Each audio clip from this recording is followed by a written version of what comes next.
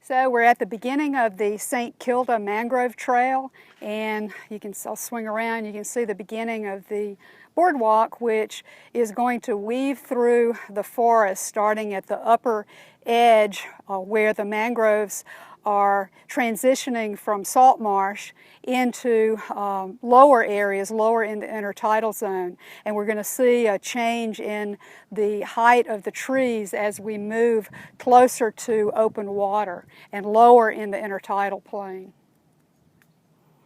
So let's get started and see what we can find along the boardwalk.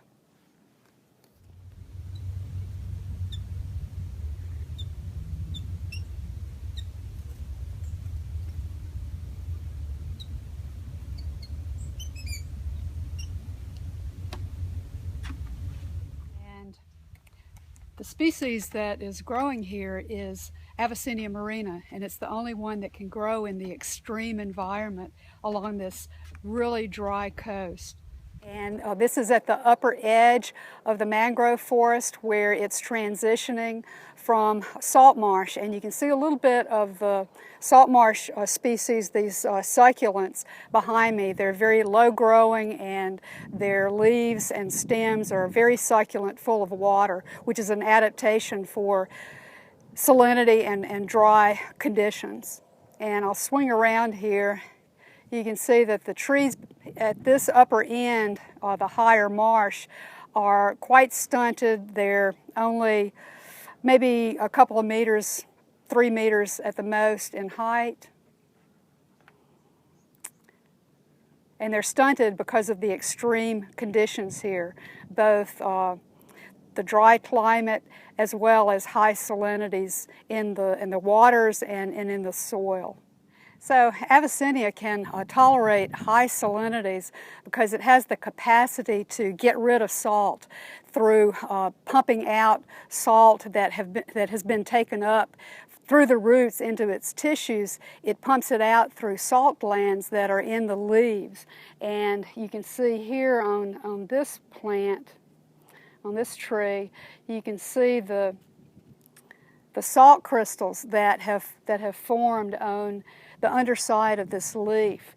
And then the next time it rains, or in some cases the tide comes up this high, the salt crystals will be washed off the leaf. And so I'll pour a little water on this leaf. So you can see the salt crystals just wash right off. We're in this section of the forest where the trees are getting a little bit taller, but the canopy is still quite open, as you can see. I'll swing around here, and you can see it's all blue sky above me. And maybe you can see about how tall the trees are in relation to me. Like this one is about as tall as I am.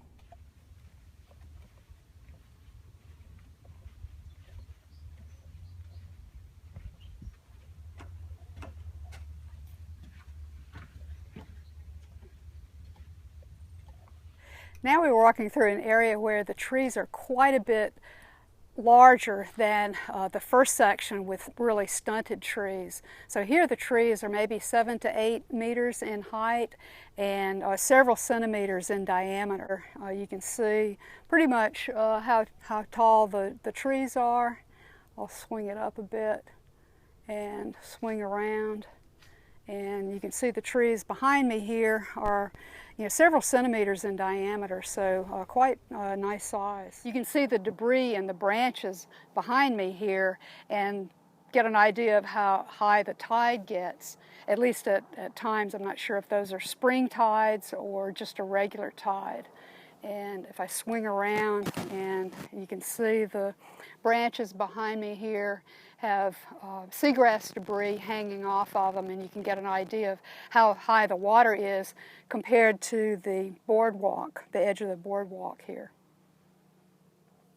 So you'd have to, if you come here, you'd have to be careful to come at the right time during the tidal cycle so you don't get trapped out here and end up wading.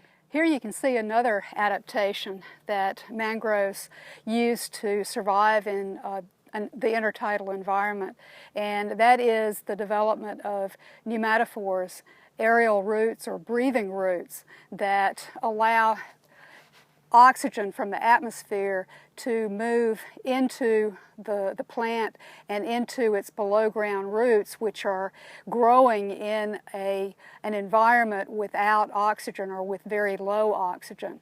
And so this allows the mangroves to survive flooded and saturated soils. So here's a group of pneumatophores, and I'll try to move closer. So here you can see right here on the surface there are these spots, and those are lenticels, and that's where oxygen is able to enter the pneumatophore tissues and the aeration pathway that leads below ground to the roots that are growing below ground and underwater where there's little or no oxygen. Okay. Well, this is the end of the trail. They've got it blocked off, unfortunately. Okay.